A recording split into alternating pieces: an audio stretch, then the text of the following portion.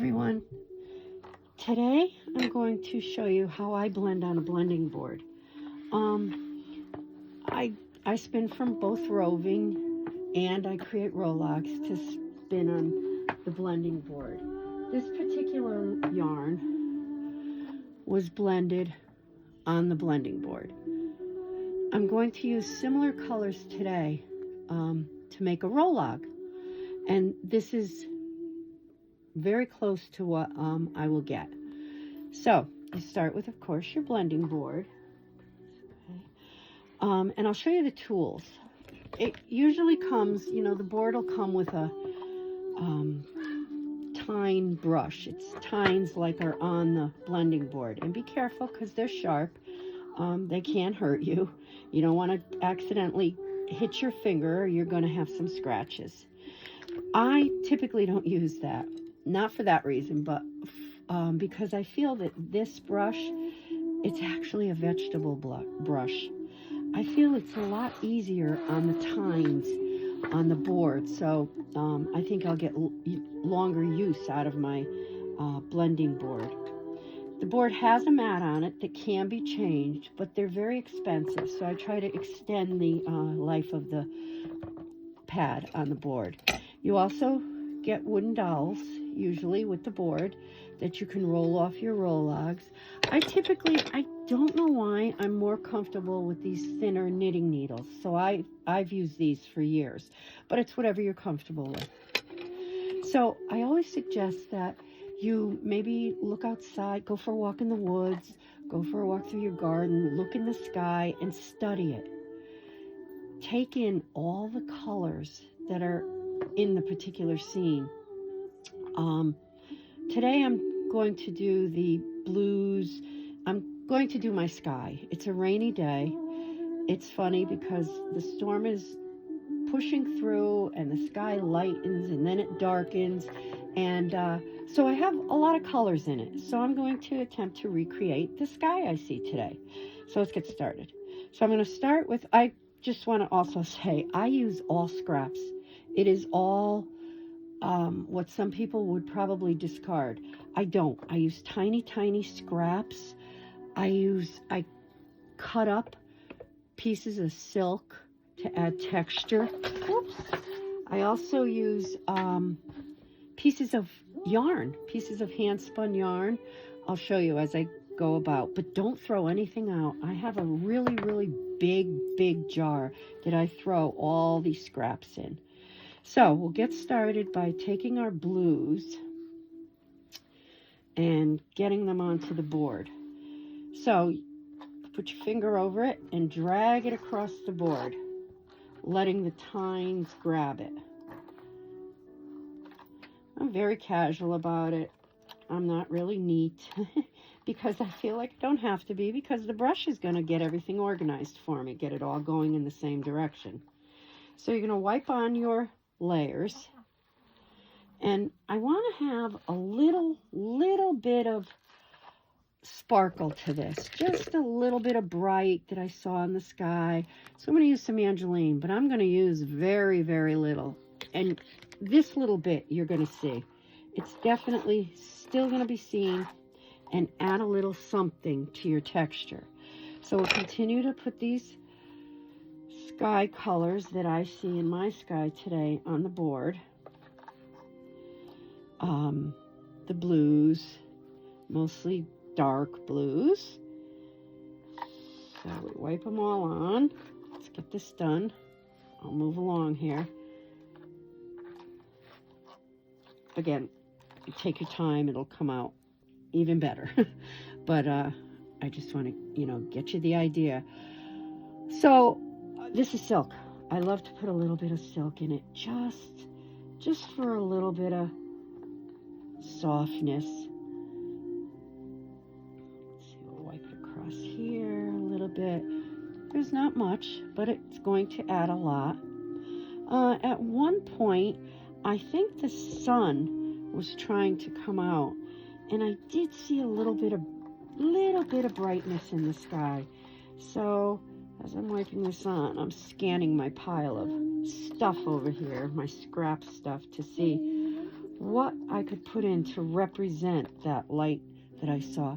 Actually, this would be very nice because it was kind of a pinky, brighter sky just in the distance, but it had a little bit of this to it.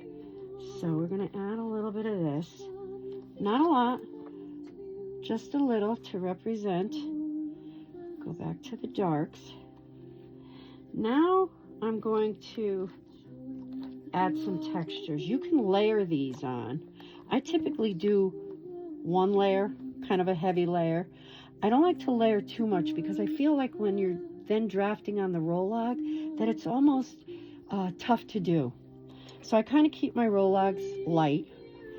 There was a little bit of darkness in the sky, so I'm going to add, very dark. I'm going to add just a little bit of this black here and there to represent that. Okay, that's probably enough. Now I'm going to add some texture to it, which will be locks and scraps of yarn and little nibbly bits that I've cut up and some more silk. First, I'm going to get this into the tines. So a nice slow drag down the board. See the difference? And get this first layer all the way in. When you're putting your fiber on your board, I like to leave a little bit at the bottom, but be sure to, you see these little wisps here, be sure to brush them a little too because they're going to be part of what you're spinning. Now I do see a little light spot right here. You can see kind of through it. So we're going to add another color. And I think what I'm going to do is add a little bit of this turquoise. It'll pop nicely. And it won't be so much of it. But these are basically the colors I saw in the sky. I really love spinning with texture, so I'm going to add that next. But this is how this is coming out. So now we'll add some texture, which for me today is going to be some locks. I'm actually going to leave the locks hanging out on the bottom. Just sticking them in. I like them sticking out of the bottom so that I can leave them sticking out of the yarn when I spin. Some black locks. I think that would add some good texture to this bat. The tines are grabbing it, and I'm just wiping it on us like this. A little bit of bright, so we're not all dark. And then I have these pieces of leftover hand spun yarn. I never throw it away. Kind of gonna pull off the ply a little bit and use these little tiny wisps in this roll log too. I have some little pieces of silk that I think will look pretty. A few more locks. Let's see what else I have here. Oh, tell you, this is all just stuff left over. The leftover yarn, I really like to take leftover yarn pieces. See, I don't have scissors handy here, so I break it. And I also put them in because look at that. I think it kind of resembles a little bit of lightning. Put a few more of those in. Smaller than that. Okay, so there's my texture. Each roll log will have some of this texture. I'm going to top it off with a little bit more of Angeline. Just a little here and there. That's enough. And let's get this stuff into the board.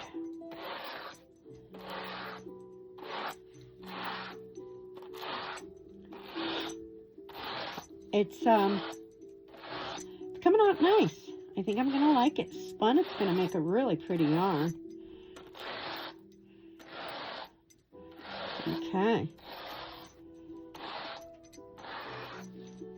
All right, so there it is. Now these little pieces of curls and the yarn and silk, it's silk waste, so it's a little nubby, so that's going to add some texture to the yarn, but not a real lot. Now I can see the buildup of fiber here. I still have room with these tines to put another layer on, so I think that's what I'm going to do. I'm going to dig through here, and you know, I think I'm going to put some gray as the top layer, but very lightly. I don't want to have it really, really dark, but this is what this is going to do, is put all my textures in the middle of this roll-log. Get some more over here. I have a pile of stuff down here that would scare you if you saw it. There's so much scrap, which is good because they're perfect for the roll-logs, as I said. Okay, so blend this in nicely. Okay, move it along here. Okay. Now, here's what it looks like. Now I take my needles or my dowels. I'm going to pull an inch or so up and off of the tines as such to get it going. Okay, so it's wisped up. One stick goes behind it, one stick goes in front of it. I begin to roll it. And let's see, here we go.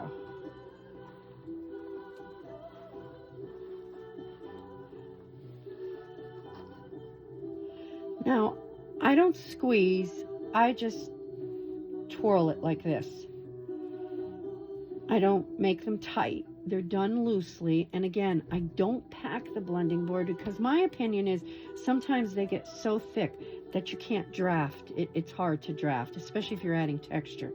So you slide one of these out and another one, and you've got a really great roll-log that you're just going to start to spin from here and spin your yarn. I'll do another video of how this came out with these colors so you can see exactly how the yarn comes out. So that's it. That's how you create a roll-log on a blending board. It's pretty simple. It's really fun too. I mean, this took me probably 12 minutes to do this video, but that's because I was talking through it. But you can see you can create a roll-logs pretty quick. So what I like to do is I like to know the weight of my roll-logs, so I weigh them at the end, or I weigh the materials that I'm going to use first. This way, you know, I would weigh all of this together if it was the colors that I was going to use. This way I know, am I going to get 2 ounces, 4 ounces, 8 ounces, or do I need to create, you know, 18, 20 of these roll-logs to get a nice skein of yarn. Or sometimes I create different ones and then just blend them together, which actually creates beautiful hand-spun yarn.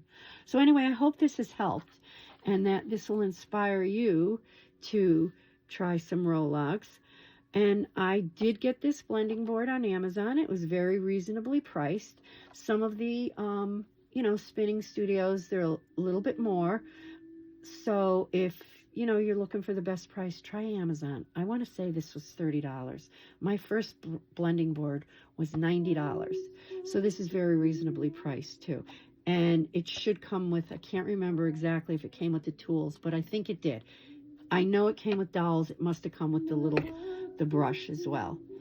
But again, look into using a softer brush, whatever works best for you. Okay, thank you.